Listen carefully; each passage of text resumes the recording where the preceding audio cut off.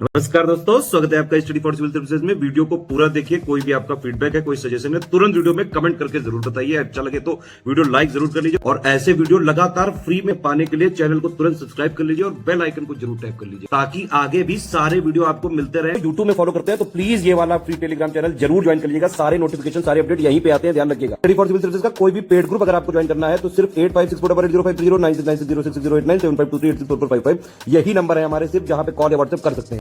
Instagram पे हमारा page जरूर फॉलो कर लीजिएगा, स्टडी फॉर सिविल .सर्विसेज है। ट्विटर पे हमको जरूर फॉलो कर लीजिएगा, @study for civils है। दोस्तों, यूपी पीसीएस मेंस के सामान्य हिंदी के प्रश्न पत्र में बेहतर प्रदर्शन करने हेतु यहाँ निरंतर अभ्यास श्रृंखला लॉन्च की गई थी। इसमें 2 मॉक टेस्ट पेपर आपने देखे थे जो कि वीडियोस के माध्यम से पहले ही पब्लिश हो चुके हैं। ये वाला जो मॉक टेस्ट पेपर है, ये मॉक टेस्ट 3, इसमें भी हम बिल्कुल परीक्षा के प्रश्न पत्र के ही प्रारूप पर प्रश्नों का अभ्यास करेंगे। इसमें गद्यांश अवबोधन वाला सेगमेंट पहले रहेगा, 60 अंकों का मामला तो यहीं पर रहता है। उसके बाद जो बचे हुए नंबर है वो बाकी हिस्सों में, जैसे पत्र लेखन है, आपके मुहावरे हैं या फुटकर जितनी भी चीज़ें बीच में आती हैं उसमें बढ़ जाते हैं। तो यहाँ आपको बेहतर प्रदर्शन हर हाल में करना होता है, तो थोड़ा सावधानी से गद्यांश को पढ़ना चाहिए, क्योंकि गद्यांश को अगर भली भांति पढ़कर आपने एक बार समझ लिया तो बाकी काम आपके लिए बहुत आसान होता है। इसीलिए उसको पहले अच्छी तरह से अवबोधन करना आवश्यक है। अब यहाँ पहला अवतरण आप देख रहे हैं जिसमें कि शब्दों की महिमा के बारे में बताया गया है कि वो असीमित होती है और अक्षर जो होते हैं वो अनश्वर होते हैं। अक्षर जो शब्द है, यहाँ नश्वर लिखा है ना, तो इस पर मत जाइएगा, ये अनश्वर होते हैं, मतलब इनका विनाश नहीं हो सकता है। और शब्द ही है अक्षर, यानी जिसका क्षरण न हो। शब्दों की धार, माफ कीजिएगा, शब्दों की धार जो होती है वो बर्छी से भी ज़्यादा नुकीली होती है। असल में शब्द जो होते हैं ना, ये देखने में तो ऐसे छोटा सा रूप दिखाई दे रहा है, लेकिन ये पूरे ब्रह्मांड में एक बार अगर उच्चारित कर दिए गए तो दर्ज रहते हैं, ये कहीं जाते नहीं हैं, इनका विनाश नहीं होता है। और यही समझाने का प्रयास लेखक यहाँ पर कर रहा है। तो इसीलिए शब्दों का उच्चारण सोच समझ कर करना चाहिए। और वही बताया गया है कि शब्दों की धार जो होती है वो बर्छी से भी ज़्यादा धारदार होती है, यानी नुकीली होती है, और तलवार से भी ज़्यादा तेज होती है। धारदार तलवार एक बार भले ही आदमी को बख्श दे, मतलब भले ही आदमी उससे बच जाए, लेकिन शब्द की मार अगर पड़ गई तो वो उसे कहीं का नहीं छोड़ती। और मुंह से निकले हुए शब्द ये वापस नहीं लौटते हैं, आपने बहुत बार सुना होगा। तो उसके पीछे ये जो कहावत है, इसके पीछे तात्पर्य वही है कि सोच समझकर बोलना चाहिए किसी को भी। यही कारण है कि संभल कर बोलने और उपयुक्त शब्द का इस्तेमाल करने की सलाह दी जाती है। जो बात अभी कही आपसे, वही चीज़ यहाँ दी हुई है। जो संभल कर बोलेगा वह वाहवाही भले न लूटे पर जीतेगा। मतलब जो संभल कर बोल रहा है वही जीतेगा, क्योंकि सत्य चाहे जितना भी अच्छा हो, लेकिन अगर कड़वा है, अप्रिय है, तो उसका उच्चारण भी यहाँ नुकसानदेह सिद्ध हो सकता है। इसलिए सत्य के स्वरूपों पर भी विचार कर लेना आवश्यक है कि हम कौन सी सच्चाई बयान करने वाले हैं। कुछ लोग सच्चाई के नाम पर कुछ भी बोल देते हैं। अब उनके शब्द अगर नुकीले हुए तो वो कहीं ना कहीं से नुकसानदेह भी होंगे। सत्य का जो फायदा है वो तो मिलेगा, लेकिन नुकसान भी साथ में झेलना होगा। इसलिए अप्रिय सत्य हमेशा हानिकारक होता है। ठीक, तो यहाँ वही कहा गया कि भले ही वो वाहवाही न लूटे लेकिन जीतेगा, और ये तय है। संसार पर राज वही करता है जो अपने शब्दों का सही इस्तेमाल करना जानता है, और शब्द से परे कुछ नहीं है और उसके पार भी। ये काफ़ी गहरी लाइन है। इसके बाद नीचे एक दोहा दिया हुआ है, कागा काको धन हरे कोयल काको देत, मीठा शब्द सुनाए के जग अपनों करे लेत। मतलब कागा अर्थात जो काला कौवा होता है वो किसका धन लूटने जाता है, मतलब किसका नुकसान कर रहा होता है, और कोयल किसको बैंक बैलेंस में जाकर पैसा गिफ्ट कर देती। मतलब दोनों किसी से ना कुछ देते हैं ना किसी से कुछ लेते हैं, लेकिन उसके बावजूद लोग कोयल को अच्छा समझते हैं, मतलब सम्मान देते हैं, और कौवे को देखते ही भगा देते हैं। तो इसके पीछे क्या वजह है? तो कोयल मीठी वाणी बोलती है, मीठा शब्द बोलती है, और इसी वजह से लोगों को मनमोहक लगती है। कौवा जो है वो कर्कश वाणी बोलता है, और इस वजह से वो नफरत का पात्र बन जाता है। तो इस प्रकार से ये दोहा है। अब इसमें प्रश्न कैसा पूछा गया है? तो प्रश्न ये है कि ऊपरलिखित गद्यांश, यानी ये जो गद्यांश आपने देखा, इसका शीर्षक आपको अपने दृष्टिकोण से प्रस्तुत करना है। अपने दृष्टिकोण का मतलब ये नहीं कि आप कहीं से भी ले आकर इजाद कर देंगे। लेखक का ही दृष्टिकोण हमें यहाँ डालना है, लेकिन शब्द आपके अपने होने चाहिए। 5 अंकों का ये है, तो जरा सावधानी से। और शीर्षक अगर उपयुक्त हो तो इसमें गणित जैसे नंबर मिलते हैं, मतलब एकदम पूरे पूरे। इसके बाद रेखांकित खंड की सविस्तार व्याख्या करनी है, और रेखांकित खंड इसमें एकमात्र यही है, जैसे कि आप नीचे देख रहे हैं, दोहे के रूप में। और शब्दों से परे कुछ नहीं है और उनके पार भी, ये एक वाक्यांश है, और इस वाक्यांश का अर्थ काफ़ी गहरा है। तो उस गहरे अर्थ को भी आपको यहाँ समझाना होगा। ये 5 अंकों का है, लेकिन 5 अंकों के लिए थोड़ा सा आपको यहाँ विश्लेषण करना पड़ेगा। तो ये 3 प्रश्न पूछे गए हैं। आइए देखते हैं कि इसमें क्या किया जा सकता है। तो जैसा कि आप देख रहे हैं, शब्दों की महिमा के बारे में इसमें बताया जा रहा है, मतलब शब्द कितने ज़्यादा महिमावान है और उनके द्वारा क्या नहीं कराया जा सकता है। अगर आप मीठे शब्द का उच्चारण कर रहे हैं तो आप दुनिया को मुट्ठी में कर सकते हैं। कड़वी बाणी बोल रहे हैं तो आप उसका परिणाम भुगतेंगे, मतलब हमेशा दुख ही झेलेंगे। तो शब्द महिमा इसका एक अच्छा शीर्षक हो सकता है, और भी कई अच्छे अच्छे शीर्षक आप चुन सकते हैं, तो अपने विवेक के हिसाब से चयन करिएगा। इसके बाद यहाँ दिया हुआ है रेखांकित खंड की सविस्तार व्याख्या। तो एक ही आपका दोहा है और उसके लिए 20 अंकों की यहाँ व्याख्या करने के लिए कहा गया है, तो आप समझिए कि इसका विस्तार करना है। इसमें आप लिख सकते हैं, जो जनरल अर्थ है वो तो आपको पहले ही बताया जा चुका है, लेकिन फैलाने की आवश्यकता है ना। तो कागा अर्थात कौवा क्या किसी का धन छीन लेता है, और कोयल क्या किसी को धनवान बना देती है? ऐसा कुछ भी नहीं है, ये आप सभी जानते हैं। कबीर का ये दोहा है, कबीरदास का दोहा है, तो आपने पहचान लिया होगा। लेकिन ये कहना क्या चाहता है? कहना ये चाहता है कि कोयल से लोग प्रेम करते हैं और कौवे से दूर रहना चाहते हैं। वजह एकमात्र है शब्द, यानी उसकी वाणी। कौवे की कर्कश काँव काँव किसी को नहीं अच्छी लगती है। आके बैठने लगे, कौवा जो है वो बैठ जाएगा और काँव काँव करने लगेगा तो लोग भगाते हैं। और कोयल जो है वो पेड़ की डाली पर बैठ के कूकती है, यानी उसकी जो कू कू की आवाज़ है वो लोगों को अच्छी लगती है, और अपनी वाणी के दम पे वो पूरे जगत में प्रिय बन जाती है। यह शिक्षा मानव जीवन के लिए सबसे ज़्यादा सार्थक है। अब ये जो शिक्षा है ना, जो यहाँ दी गई है कि अगर आप मीठी वाणी बोलेंगे तो जग को अपने वश में कर लेंगे, ये जानवरों पर लागू नहीं होती। जो यहाँ उदाहरण और प्रतिमान हमने लिए हैं वो असल में जंतु हैं, मतलब पक्षी हैं, ठीक। और पक्षियों के परिवार या पक्षियों के कुनबे में ये लागू नहीं होता है। ऐसा नहीं कि वहाँ पे कौवे से कोई घृणा करता है और कोयल को बहुत सम्मान देता है। ये मनुष्य की अवधारणा है और मानव समाज के लिए ही शिक्षाप्रद है, तो इसलिए यहाँ पहले ही उसे क्लियर कर दिया गया है। कौवा और कोयल तो मात्र प्रतीक है, और कर्कशता या मधुरता उनका प्रजातिगत गुण है, मतलब उनकी प्रजाति का हिस्सा है। कौवे की वो विशेषता है कि वो कर्कश बोलता है, और भी कौवे के अंदर बहुत सारी खूबियाँ होती हैं और कोयल के अंदर बहुत सारे ऐब होते हैं, तो वो उसकी कमियाँ या अच्छाइयाँ उसकी प्रजातिगत विशेषताओं में आती हैं, जो कौवे या कोयल की समूची बिरादरी में समान पाया जाता है। मतलब ऐसा नहीं है कि एक कौवा जो है वो काँव काँव कर रहा है और दूसरा कौवा जो है वो एकदम मीठी वाणी बोल रहा है, ऐसा तो होता नहीं है। जितने कौवे हैं, यहाँ तक कि कौवे के छोटे छोटे बच्चे जो अभी अंडों से बाहर आए रहते हैं, उनकी भी आवाज़ सुन लीजिएगा, वो भी बहुत कड़वी होती है, मतलब कान में चुभने वाली होती है, ठीक है। लेकिन मानव जाति में ऐसा नहीं होता। सभी मनुष्य क्या एक जैसा बोलते हैं या एक जैसा प्रिय या अप्रिय बोलते हैं? ऐसा नहीं होता। तो कुछ मनुष्य जो है वो कर्कश और रूखे होते हैं, कुछ जो है वो मृदुल और सौम्य होते हैं। कर्कशता कहीं भी पूज्य नहीं होती।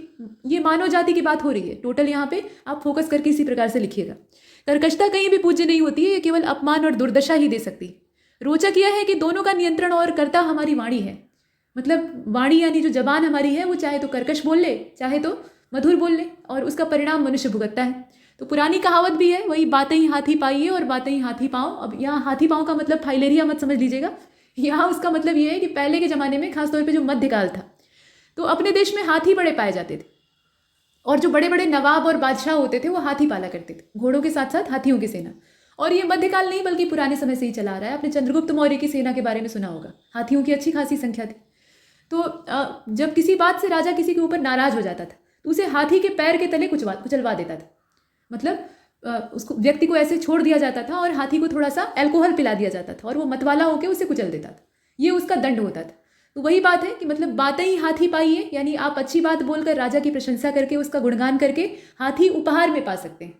और बातें ही हाथी पाओ, यानी अगर आप कड़वी वाणी बोलते हैं, राजा की निंदा करते हैं, क्योंकि राजा अपनी प्रशंसा ही सुनना चाहते थे पहले के, तो राजा की निंदा कर दी तो हाथी का पाँव मिलेगा। ये आपने देखा, जीभ जो है वो मनुष्य को हाथी के पैर के नीचे कुचलवा भी सकती है, हाथी की सवारी भी करवा सकती है। लेकिन आज के समय की अगर हम बात करें, ये तो पुरानी बात हो गई, ठीक, पुरानी कहावत है, और ये कबीरदास जी का जो दोहा है ये भी मध्यकाल का ही है। आज के समय की अगर बात करें तो इसी सुभाषित का उल्टा अर्थ प्रकट हो रहा है। मतलब ऐसी बाणी बोलिए मन का आपा खोए, ये एक दोहा है ना, तो उस दोहे का उल्टा अर्थ लोग निकाल रहे हैं। और उल्टा अर्थ क्या है कि लोग ऐसी वाणी बोल रहे हैं कि जहां उनका मस्तिष्क आपे से बाहर हो जा रहा है। मन का आपा खोए यानी वो मन का आपा खो दे रहे हैं और उसके बाद बोल रहे हैं।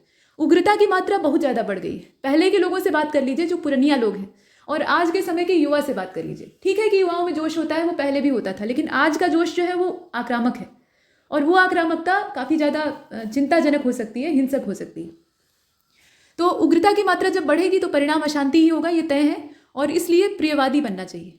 प्रियंपद बनने का तात्पर्य चाटुकारिता नहीं होता है। अब कुछ लोग जो है ना, वो मीठा बोलने का अर्थ ये समझ लेते हैं कि हम किसी के तलवे नहीं चाटेंगे, हम किसी को भैया बाबू नहीं कहेंगे, और हम बिल्कुल सिर उठाकर जिएंगे स्वाभिमान के साथ। वो असल में स्वाभिमान नहीं होता है, वो अकड़ होती है, जिसको ईगो कहा जाता है। वो सेल्फ रिस्पेक्ट नहीं होती। सेल्फ रिस्पेक्ट विनम्रता के साथ जुड़ी हुई होती है। स्वाभिमानी व्यक्ति विनम्र होता है, वो लोगों के आगे झुकना जानता है, और इसी वजह से लोग उसके आगे झुकते हैं। और जो अकड़ू व्यक्ति होता है वो हमेशा अहंकार में चूर रहता है। उसे ये लगता है कि हम झुकेंगे नहीं, टूट जाएंगे पर झुकेंगे नहीं, और किसी से भी हम एकदम से विनम्रता से आप कह के और सम्मान सूचक बात नहीं करेंगे। तो ये दोनों का फर्क है। तो इसीलिए प्रियंबद बनने का मतलब ये है कि चाटुकारिता, ऐसा नहीं। कुछ लोग इसे चमचागिरी मानकर उपेक्षित करते हैं, जैसा कि अभी बताया गया। लेकिन यथार्थ में मधुर वाणी में विनम्र भाव से जो कड़वा सच या आलोचनात्मक वचन भी कहा जाएगा, उसमें अधिक संभावना होगी कि वो सर्वमान्य हो जाए। ऐसा नहीं है कि मीठा बोलने वाला व्यक्ति जो है वो अपनी बात नहीं निकलवा सकता है, बल्कि वो और सरलता से निकलवा सकता है। अभी आप जाइए किसी बड़े प्रभावशाली व्यक्ति के पास और उसका सम्मान न कीजिए, बिल्कुल रूखे स्वर में कहिए कि मेरा ये काम करवा दीजिएगा, वो करवाएगा? कभी नहीं करवाएगा। लेकिन अभी आप जाइए उसी व्यक्ति के पास और उसका जरा सम्मान कीजिए, उसे अभिवादन कीजिए, या जैसी उसकी सुश्रुतता हो सकती है उसको करिए, और उससे निवेदन करिए कि मैं बहुत बड़ी विपदा में फंसा हुआ हूँ और आप ही से एकमात्र उम्मीद दिखाई दे रही है, चारों ओर से अंधेरा है, केवल आप ही मेरा ये काम करवा सकते हैं। तो वो आपके ऊपर दयालु हो जाएगा, मतलब आपसे प्रभावित होगा और निश्चित रूप से आपका वो काम करवा देगा। तो वही बात है। अब यहाँ विनम्र भावना जो है वो जब मधुर वाणी के साथ मिलती है, यानी मीठी जबान के साथ मिक्स हो जाती है, तो वो हृदय को सहलाती है, सुकून देती है और सभी को अच्छी लगती है। किसी का भी दिल जीतना है तो आपको मीठा बोलना सीखना होगा, विनम्रता सीखनी होगी। मीठा बोलने के लिए सबसे पहली शर्त है विनम्रता। अगर आप विनम्र नहीं है तो मीठा नहीं बोल पाएंगे। कठोर वचन कहकर आप केवल स्वयं का अहित करते हैं, और स्वयं का अहित करने के साथ साथ कई हृदयों को दग्ध करते हैं। लेकिन असली नुकसान तो आपका अपना ही होता है। कोई भी व्यक्ति गुस्सा करता है, कड़वी वाणी बोलता है, तो उसमें सबसे बड़ा घाटा उसी का है, चारों ओर से, चाहे बाहरी तौर पे देखा जाए या आंतरिक तौर पे देखा जाए। शब्द बाण से बनने वाला व्रण जो है वो कभी भी परिपूरित नहीं हो सकता है। व्रण का मतलब होता है घाव। अगर एक बार किसी को आपने कड़वे शब्द बोल दिए, मतलब कुछ भी अभद्र बोल दिया जो कि उसकी मर्यादा के अनुकूल नहीं था, और वो दुखी हो गया, तो आप लाख सॉरी बोल लीजिए उसको, लेकिन वो जो शब्दों का घाव है ना, वो कहीं ना कहीं दिल में रहेगा और कभी ना कभी उभर जाएगा। तो वो जो व्रण होता है यानी घाव बनता है, वो भरता नहीं है, फिर कोई औषधि उसको भर नहीं सकती, और शब्द को वापस भी नहीं लौटाया जा सकता। एक बार मुंह से निकल गए तो फिर निकल गए।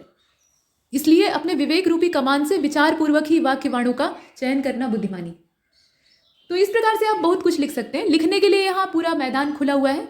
अब यहाँ पर कुछ विशेषताएं भी अगर आप चाहें तो लिख सकते हैं। जैसे ये पद्य है ना, इसी की व्याख्या करने के लिए कहा गया था। अगर गद्य पंक्ति के नीचे रेखांकन होता तो ये विशेषता या काव्यगत विशेषता को लिखना उतना अनिवार्य नहीं था। लेकिन मान लीजिए कि पद्य पंक्ति है, तो उसकी अगर आपको व्याख्या करनी है तो उस कंडीशन में आप क्या कीजिएगा, तब उसमें काव्यगत विशेषता या विशेष करके ऐसे हेडिंग डालकर लिख दीजिएगा। तो ज़्यादा नहीं, 2 इसमें पॉइंट्स बन सकते हैं। एक तो भाषा जो है वो सरल और अनियोक्तिपरक है, जैसा कि कबीरदास की अक्सर भाषा में देखा जाता है। पंचमेल खिचड़ी इनकी भाषा ही है, तो उसमें अनियोक्ति की भरपूर मात्रा होती। और दोहे में अगर हम अलंकारों की खोज करें तो अनुप्रास और अनियोक्ति अलंकार हैं। मूल रूप से अनुप्रास अलंकार इसमें दिखाई दे रहा है। तो इस प्रकार से आप और भी चीज़ें लिख सकते हैं। चलिए अवतरण के दूसरे हिस्से को देखते हैं। यहाँ शीर्षक हमने चुन लिया और इस रेखांकित अंश की सविस्तार व्याख्या कर ली। इसके बाद कहा गया है कि शब्दों से परे कुछ नहीं है और उनके पार भी। ये जो वाक्य दिया है इसको आपको डिकोड करके इसका अर्थ बताना है। तो क्या अर्थ हो सकता है?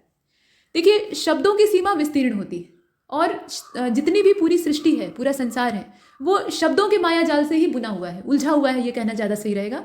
तो न तो कुछ इनके दायरे से बाहर है और न ही कुछ इससे पार निकल सकता है, क्योंकि ये अनंत है, दूर दूर तक फैले हुए हैं। शब्द ही जीवन का मंतव्य और क्रियान्वयन है। यह जीवंतता के सर्जक है, मतलब ये जीवंतता जो चैतन्य अवस्था होती है उसका सृजन करते हैं, क्योंकि निशब्दता तो केवल मृत्यु के बाद ही संभव है। मतलब मृत्यु के बाद क्या होता है? निशब्द अवस्था होती है, यानी बिल्कुल सन्नाटा। कहते हैं ना, मौत का सा सन्नाटा छाया हुआ था। तो इसका मतलब यह है कि सन्नाटे का तात्पर्य है मृत्यु और शब्द का मतलब है जीवन। तो जब शब्द जीवन के साथ जुड़ गया तो फिर उसका कोई और अंत ढूंढना मुश्किल। ठीक, और मृत्यु तक ही नहीं, क्योंकि यहाँ अगर देखा जाए तो मृत्यु एक जो प्रक्रिया उसकी हम देखते हैं। मतलब हमने ये कहा ना कि मृत्यु जो है वो निशब्द होती है, लेकिन निशब्द जो शब्द हमने इस्तेमाल किया, अब निशब्द आप लिखिएगा तो कैसे लिखिएगा? इस प्रकार से लिखिएगा। तो ये भी तो एक शब्द है अपने आप में। मृत्यु खुद एक शब्द है, उसका अर्थ जो है वो अलग चीज़ है।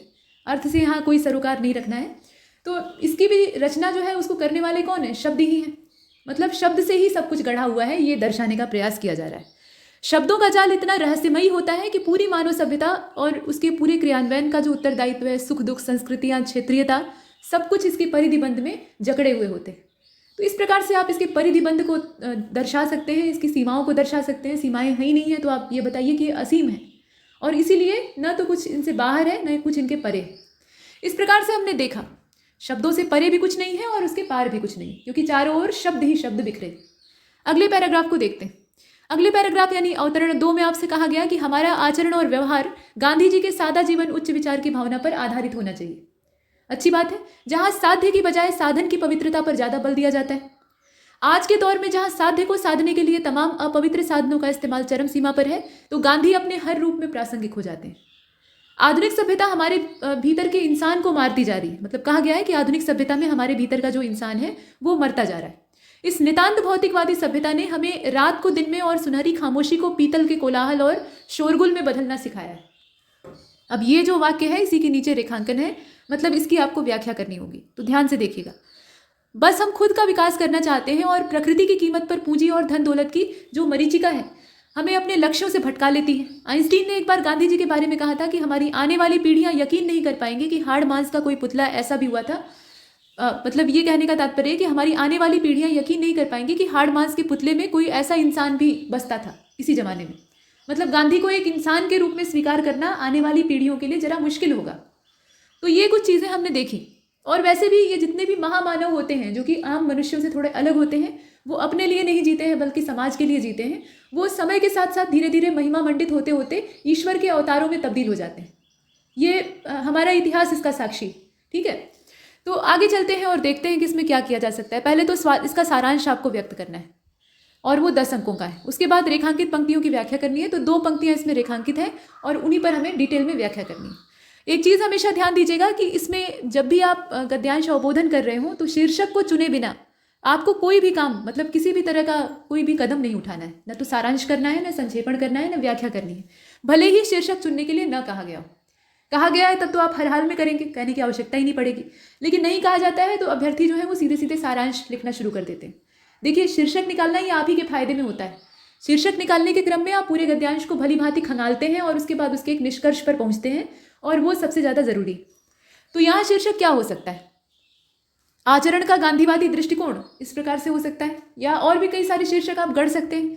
तो वो आपकी इच्छा है, लेकिन बस ये ध्यान दीजिएगा कि आपके द्वारा चुना हुआ जो शीर्षक है वो गद्यांश का सही परिचय दे रहा हो। अब इसके बाद इसमें कहा गया है कि सारांश प्रस्तुत करिए। तो सारांश आप छोटा ही लिखिएगा। छोटे में कैसे लिख सकते हैं? तो आप लिख सकते हैं कि गांधीवादी दर्शन हमें सादे जीवन और पवित्र आचरण की शिक्षा देता है, और वर्तमान समय में जब सही गलत के अंतर को भूलकर हित साधने का उद्यम जमकर हो रहा है, तो ऐसे में गांधी स्मरणीय हो जाते हैं। पीतल के नकली आवरण में लिपटा हुआ भौतिकवाद हमें पथभ्रष्ट कर रहा है, यानी रास्ते से भटका रहा है। और यही वजह है कि आइंस्टीन जैसे प्रकांड भौतिकविद जो हैं वो भी गांधी के सम्मुख नतमस्तक थे। मतलब आइंस्टीन जो थे वो बहुत बड़े फिजिक्स के जानकार थे, मतलब वैज्ञानिक थे, इसमें परिचय के वो मोहताज नहीं है। लेकिन वो भी गांधी जैसे जो समाजसेवी थे। गांधी जी का मूल स्वरूप क्या था? आंदोलनकारी का नहीं था, बल्कि एक समाजसेवी का था। तो उनके सामने ये भी नतमस्तक थे। तो इस प्रकार से हम सारांश कर सकते हैं। लिखने के लिए इसमें हालांकि बहुत सारे आयाम हो सकते हैं, लेकिन सारांश करते समय हमेशा ये ध्यान देना चाहिए कि लेखक सोच क्या रहा था गद्यांश को लिखते वक्त। तो ये चीज़ें हमने देखी। अब इसके बाद सारांश करने के बाद रेखांकित पंक्तियां हैं। तो पहली रेखांकित पंक्ति जो है उसको ध्यान से देखिएगा, वो थोड़ी उलझी हुई है। इसमें कहा गया है कि इस नितांत भौतिकवादी सभ्यता में, यहाँ देखिए, हमें इस नितांत भौतिकवादी सभ्यता ने हमें रात को दिन में और सुनहरी खामोशी को पीतल के कोलाहल और शोरगुल में बदलना सिखाया है। इसका क्या मतलब निकल सकता है? तो भौतिकवादी सभ्यता का सबसे बड़ा अवगुण ये होता है, वैसे तो तमाम अवगुण हैं, लेकिन सबसे बड़ा दोष ये है कि झूठी चमक और पीतल के मुलम्मे के पीछे ये अपना काला चेहरा, जो बुरा पक्ष है, उसको छिपा लेती है। नैतिक मूल्यों के साथ सुकून भरी रातों के स्वर्णिम उपहार का हम तिरस्कार करके, या हम शब्द की जगह आप मनुष्य भी लिख सकते हैं, तो मनुष्य इस पूरे स्वर्णिम उपहार का तिरस्कार करके अच्छे बुरे हर तरीके के संसाधन को अंगीकृत करने के लिए तैयार हो जाता है, सिर्फ भौतिकवाद की प्राप्ति के लिए। सोना बेचकर पीतल मोल लेना घाटे का सौदा तो है ही है, साथ में आने वाली नस्लों के लिए विध्वंसक भी है। मतलब जो स्वर्णिम उपहार हमें मिल रहा था उसको हमने ठुकरा दिया और पीतल की चमक के पीछे अंधाधुन भाग रहे। तो ये घाटे का सौदा नहीं है तो और क्या है। लेकिन मानव जाति इस चीज़ को समझ नहीं पा रही और इसका परिणाम काफ़ी विनाशकारी होगा। इसको यहाँ कहा गया प्राकृतिक सौंदर्य और प्रकृति की उदारता तो हमें दिखती ही नहीं है, केवल प्रकृति से मिलने वाला फायदा ही लुभाता है। आधुनिकीकरण का शोर हमारे कानों को बहरा बना चुका है और आज का बुद्धिमान मनुष्य इस शोर को जीवन का संगीत समझ बैठा है। यही शोर हमें अच्छा लगने लगा है, हम इसके आदती बन गए हैं, वास्तविक शांति और चिंतन से कहीं दूर जा चुके। जीवन को स्वर्णिम उपहार, माफ कीजिएगा, जीवन तो स्वर्णिम उपहार था, पर पीतल का खोखला पात्र ही हम यहाँ हमारे द्वारा बनाया हुआ है। कहने का तात्पर्य यह है कि जीवन जो है वो एक स्वर्णिम उपहार की तरह प्रकृति की ओर से या ईश्वर की ओर से हमें मिला था, जिसमें कि बहुत सारे बड़े बड़े उद्देश्य निहित थे। लेकिन हमने क्या किया, उसे अपने तरीके से ढालकर और बिना सोचे समझे उसमें परिवर्तन करके उसे पीतल का एक खोखला पात्र बना दिया, जिसकी कोई कीमत नहीं होती, कम से कम सोने के सामने तो बिल्कुल ही नहीं। और इस कारण गांधीवादी दर्शन प्रासंगिक हो जाता है, जिसमें हमें उबरने का रास्ता मिलता है। मतलब इस जो माया जाल और भ्रम जाल फैला हुआ है, इससे बाहर निकलने का रास्ता गांधीवादी दर्शन से होकर जाता है, ऐसा लेखक कहना चाह रहा है। हमारे जीवन में सरलता और उच्च बौद्धिकता मानव जीवन का सर्वोपरि लक्ष्य होना चाहिए, और गांधी जी इसी बात को कहते थे। तो यहाँ गांधीवादी दर्शन को जोड़ा गया है जीवन की यथार्थता से, और उसी पर हम चर्चा कर रहे हैं। दूसरा जो इसमें रेखांकित पंक्ति है उसकी व्याख्या कैसे करेंगे, यहाँ आप देखें, हमारी आने वाली पीढ़ियां यकीन नहीं कर पाएंगी कि हाड़ मांस के पुतले में ऐसा कोई इंसान हुआ करता था। मतलब गांधी के जन्म के ऊपर लोग भरोसा नहीं कर पाएंगे, मानेंगे कि वो कोई दैवीय शक्ति। तो इसकी व्याख्या किस प्रकार से कर सकते हैं?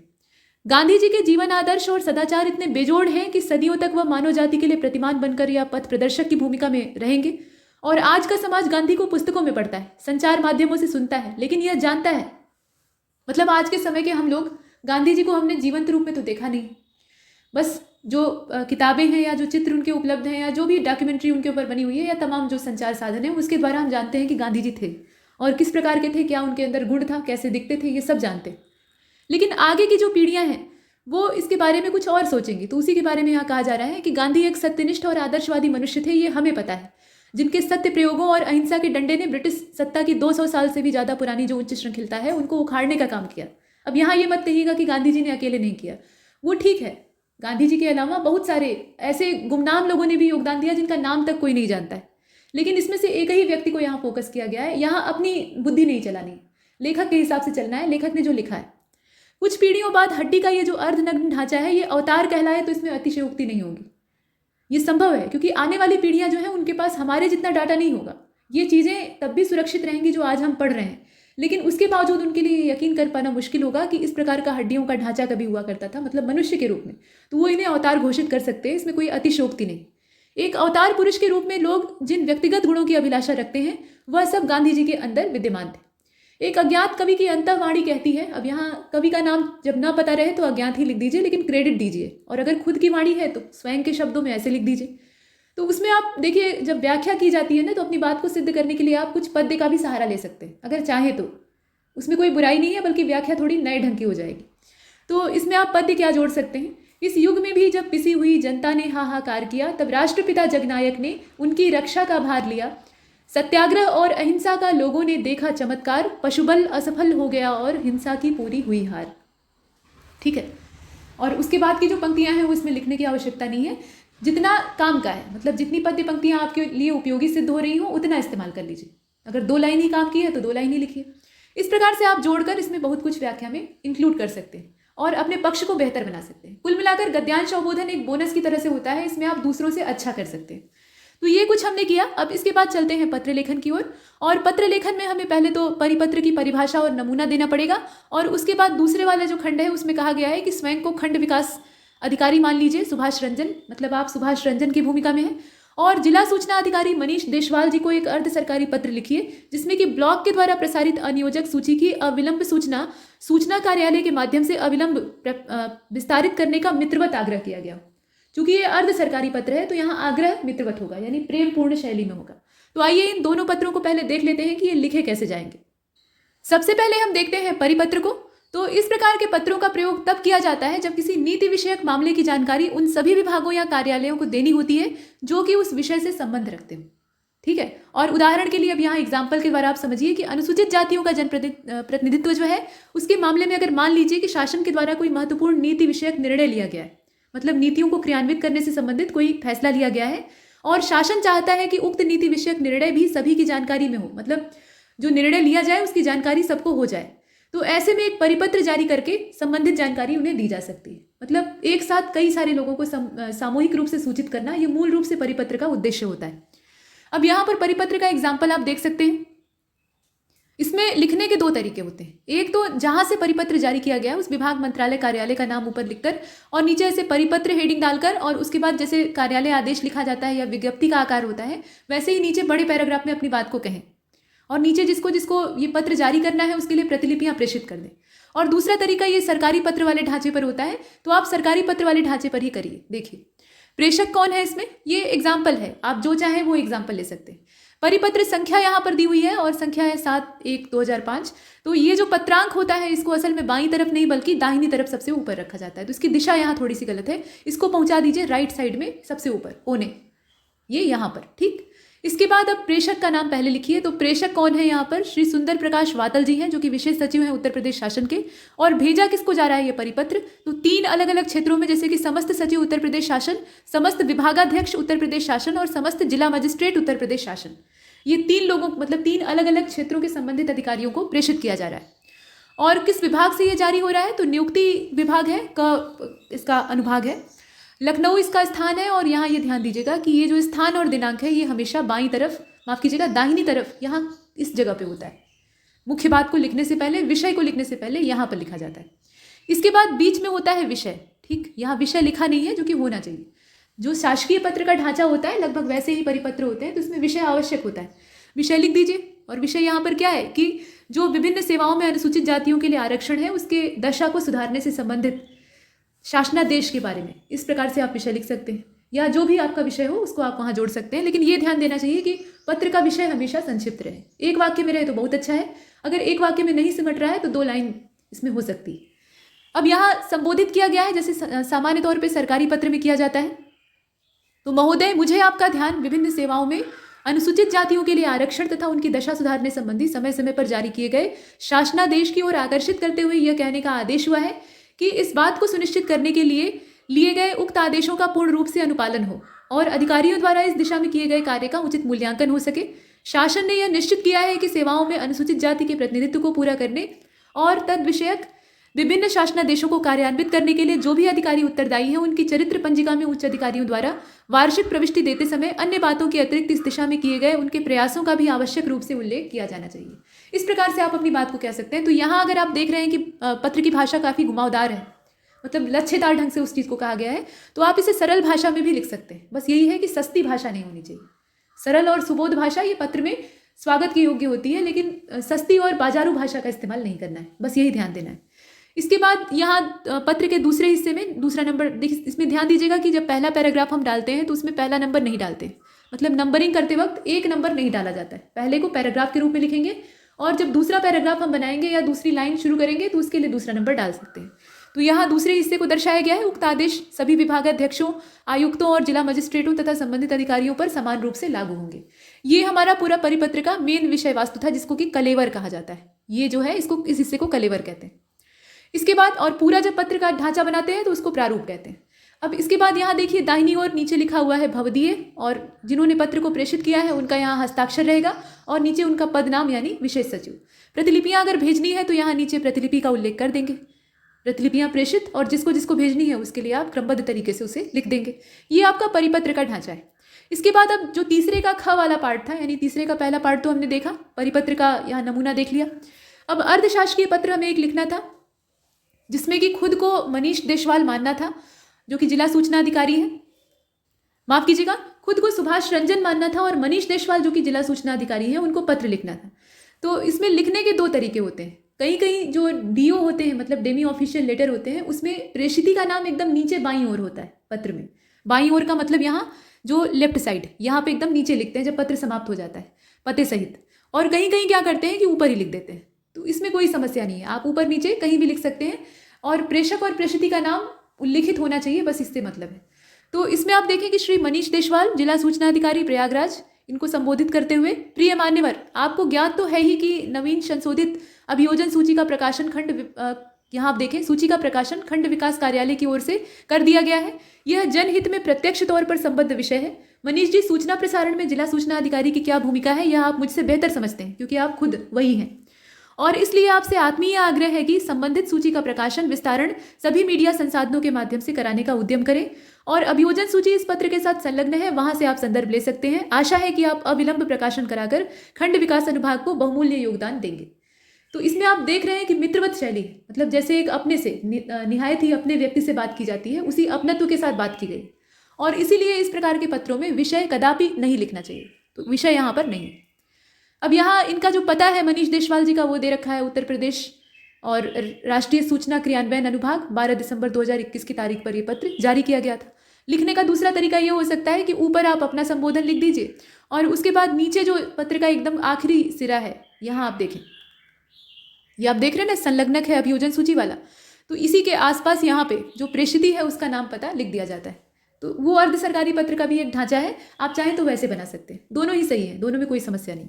नीचे यहाँ अपना हस्ताक्षर आप करेंगे, जब अपना पूरा यहाँ पूरी बात को कह लेंगे तो भवदीय हस्ताक्षर सुभाष रंजन की भूमिका में आपने लिखा है, और आपका जो पद है वो क्या है, खंड विकास अधिकारी का है। तो इस प्रकार से ये डेमी ऑफिशियल लेटर है, इसमें कोई तय प्रारूप नहीं होता है, एक पत्र के जैसा ढांचा होता है। और पत्रांक लिखना आवश्यक है, तो पत्रांक लिखने के 2 तरीके हैं, या तो आप बीच में लिखिए, बीच में सबसे ऊपर, और नहीं तो फिर राइट साइड में कोने लिखिए सबसे ऊपर। अब इसके बाद चलते हैं आगे। ये तीसरे का क और ख हमने देखा जो कि पत्र लेखन से संबंधित था। इसके बाद अब जो चौथे का यहाँ पे चौथा प्रश्न जो है वो शुरू होता है, और इसमें उत्तर देखने से अच्छा है कि आप प्रश्न देखिए। प्रश्न आपका यहाँ पर है, और इस प्रश्न में पहला जो पार्ट है चौथे का क, उसमें कहा जा रहा है कि अभी और अभी उपसर्ग का इस्तेमाल करके 5-5 शब्द बनाने। तो अब इसे बना लीजिए, बहुत सारे बन जाएंगे। उपसर्ग जो है वो शब्द के आगे लगता है और उसके अर्थ में परिवर्तन ले आ देता है। तो अविचल हो सकता है, अविराम हो सकता है, अभिमत हो सकता है, अभिभ्रांत हो सकता है, अवितर्क हो सकता है, और भी बहुत सारे ऐसे शब्द बन सकते हैं। इसके बाद अभी उपसर्ग का इस्तेमाल करके 5 बनाना है, तो इसमें तो ये सिंपल है। अभिलाष हो सकता है, अभिमान हो सकता है, अभिजात, अभिनीत, अभिशप्त, इस प्रकार से अनेकों शब्द बन सकते हैं। अब यहाँ कहा गया कि उपसर्ग और प्रत्यय में क्या अंतर है, तो अंतर तो आप जानते ही हैं, एक आगे जुड़ता है, एक पीछे जुड़ता है।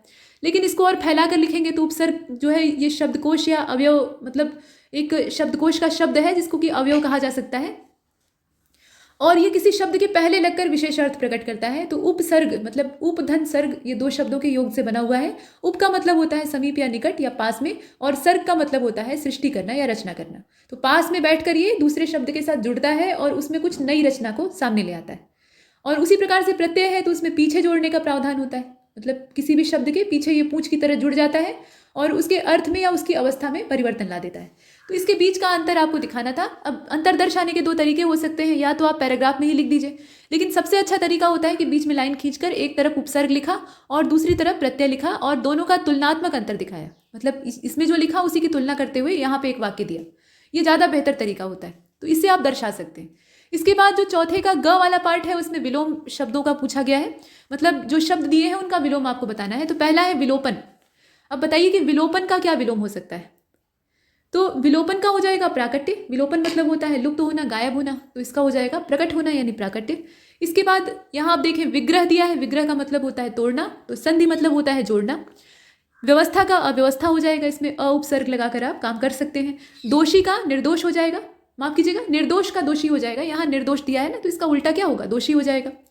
मोचन, मोचन मतलब होता है मुक्त करना, मुक्ति दिलाना, तो इसका ग्रहण या ग्रास हो जाएगा यानी ग्रसना। इसके बाद अब वाक्यांश के लिए एक शब्द हमें ढूंढना है, तो पहले वाक्य देखते हैं। वह शस्य जो पूरे वर्ष उगाया जा सकता हो। शस्य का मतलब वनस्पति, जो खाद्यान्न वनस्पति होती है उसको कहा जाता है। तो जो वनस्पतियां पूरे वर्ष भर उगाई जा सकती हैं और उनका लाभ लिया जा सकता है उसको क्या कहा जाएगा, 12मासी, जो कि 12 महीने उगाया जा सके। इसके बाद अगला वाला देखिए, सूर्य की आभा से, यहाँ देखिए ये दूसरा वाला वाक्य, ये पहला हमने देख लिया, 12मासी इसका शब्द हो जाएगा। सूर्य की लाल आभा से युक्त पूर्व दिशा। पूर्व दिशा के बारे में नहीं कहा जा रहा है, बल्कि जब सूर्य का उदय होता है पूर्व दिशा में तो उस समय जो लालिमा छाई रहती है और वो जो पूर्व दिशा की स्थिति होती है उसको क्या कहा जाता है, तो उसको कहते हैं प्राची। ठीक है, यहाँ पर उसे प्राची कहते हैं। इसके बाद देखिए, दानवों के 3 पुरों का एक निशंग संधान से ध्वंस करने वाले। निशंग मतलब होता है मतलब धनुष पर बाण चढ़ाकर। देखिए निशंग जो शब्द है उसका अर्थ पहले समझ लीजिए। निशंग का मतलब यहाँ कई तरीके से लिया जा सकता है, एक तो तलवार या खड्ग भी होता है, दूसरा सबसे जो इसका प्रामाणिक अर्थ है वो इसका तुड़ीर से तात्पर्य होता है, जो बाणों को रखने के लिए काम में आने वाला एक पात्र होता है, कंधे पे उसको लटकाकर जो तीरंदाज होते हैं वो भ्रमण करते हैं। तो यहाँ निशंग शब्द उचित नहीं है, इसकी जगह बाण लिखना ज़्यादा सही रहेगा या शर लिखना ज़्यादा सही रहेगा। ठीक, तो दानवों के 3 पुरों का एक शर के साथ संधान से ध्वंस करने वाले व्यक्ति।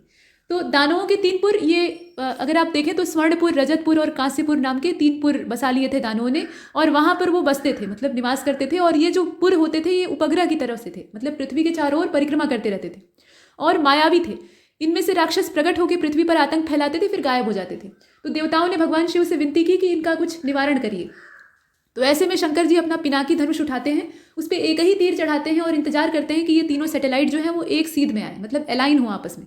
और जैसे ही इनका अलाइनमेंट होता है वैसे ही वो शूट कर देते हैं, मतलब एक तीर से 3 पुरों का संधान कर देते हैं, और इसीलिए उनको त्रिपुरारी कहा जाता है। तो इसलिए यहाँ पर वाक्यांश के लिए एक शब्द में आप चुनेंगे त्रिपुरारी। ठीक, इसके बाद जो वस्तु देखने योग्य हो यानी दर्शनीय, और जिस व्यक्ति को तत्काल में अपना कर्तव्य ही नहीं समझ में आ रहा हो कि अब करें तो क्या करें, तो उसको कहेंगे किंग कर्तव्य विमूढ़। तो यहाँ तक हमने वाक्यांश के लिए एक शब्द को कंप्लीट किया। अब इसके बाद नंबर आता है शुद्धिकरण का। तो वर्तनी और वाक्य शुद्धि ये दोनों ही सिलेबस का हिस्सा है। फिलहाल पहले वाक्य को देखते हैं। तो मैं तेरे लिए मुंबई गया था। तो ये तेरे लिए वाला जो फंडा है ये फिल्मों में काम करता है, हमारी हिंदी में नहीं काम करेगा। तो मैं तुम्हारे लिए मुंबई गया था, ठीक है। इसके बाद मोहन और मीरा तथा रामू, यहाँ देखिए, मोहन और मीरा तथा रामू जलेबी खाने बाजार को गए। तो इसको लिखने का तरीका क्या हो सकता है? मोहन, मीरा और रामू, या मोहन, मीरा तथा रामू जलेबी खाने बाजार गए, ऐसे लिखेंगे। इसमें बहुत सारे अनावश्यक शब्दों का समावेश है, इसलिए वाक्य में त्रुटि थी। इसके बाद बंदी के पांव हथकड़ियों से जकड़े थे। पैर में जो कैद करने के लिए पहनाया जाता है जंजीर, उसको बेड़ी कहा जाता है। तो पैर में हथकड़ी कैसे आ सकती है? इसलिए ये शब्द का चयन यहाँ गलत किया है। बंदी के पांव बेड़ियों से जकड़े थे। इसके बाद देखिए, मैं रोज प्रातः काल की बेला में योग करने तालाब पर जाता हूँ। तो प्रातः काल यानी सुबह का समय, काल जो यहाँ शब्द दिया है ना, उसका मतलब होता है समय, और बेला का भी मतलब होता है समय। तो 2 बार समय का ही समानार्थी लिखने की क्या आवश्यकता है? तो इसमें से आप या तो ऐसे लिख सकते हैं कि मैं रोज प्रातः बेला में, या मैं नित्य प्रातः बेला में योग करने तालाब के पास जाता हूँ, न कि तालाब पर जाता हूँ। तालाब के ऊपर बैठकर तो आप योग करेंगे नहीं। तो वाक्य की संरचना यहाँ सही करनी थी। नाटक मत करो, सच सच बताओ बात क्या है। अब इसको आप कैसे सही करिएगा? ये जो वाक्य है देखने में तो कुछ ठीक ही दिखाई दे रहा है, लेकिन इसको हम लिख सकते हैं बिना नाटक किए सच बताओ।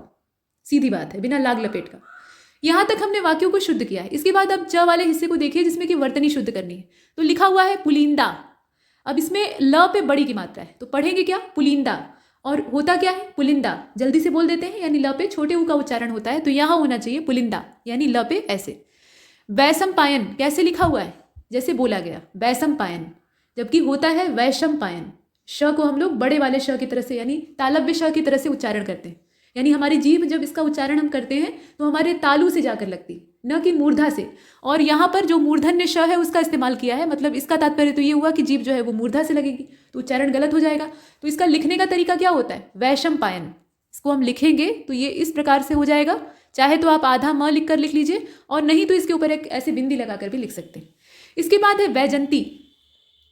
अब ये वैजंती जो है इसको कैसे शुद्ध करेंगे? तो वैजयंती होता है, ठीक है। यहाँ य का उच्चारण नहीं किया गया है। लघुर्मी लिखा हुआ है, लघुधन उर्मी, तो इसमें दोनों जब जुड़ते हैं तो यहाँ घ पे बड़ी ऊ की मात्रा हो जाती है, लघुर्मी। और हंसी, ये ऐसे लिखा है हंसी, जबकि होता क्या है? हंसी। तो ये चंद्र बिंदु का इस्तेमाल होगा यहाँ पे, जो कि नहीं किया गया है। इस प्रकार से आप वर्तनी को शुद्ध कर सकते हैं। एक बार उच्चारण करके देख लीजिएगा तो आपको अपनी गलती का एहसास वैसे भी हो जाएगा। इसके बाद अब 5वें क्वेश्चन की ओर चलते हैं, जहां मुहावरे हैं कुल मिलाकर 10, और प्रत्येक मुहावरा 3-3 नंबर का है। तो पहले आपको उसका अर्थ लिखना होगा और उसके बाद एक उचित वाक्य में प्रयोग करना होगा। तो पहला जो मुहावरा है वो क्या कहता है? ये मुहावरा नहीं बल्कि एक लोकोक्ति है, जो कि कबीरदास जी के द्वारा अक्सर कही जाती थी। तू कहता कागज की लेखी, मैं बोलूँ आँखन की देखी।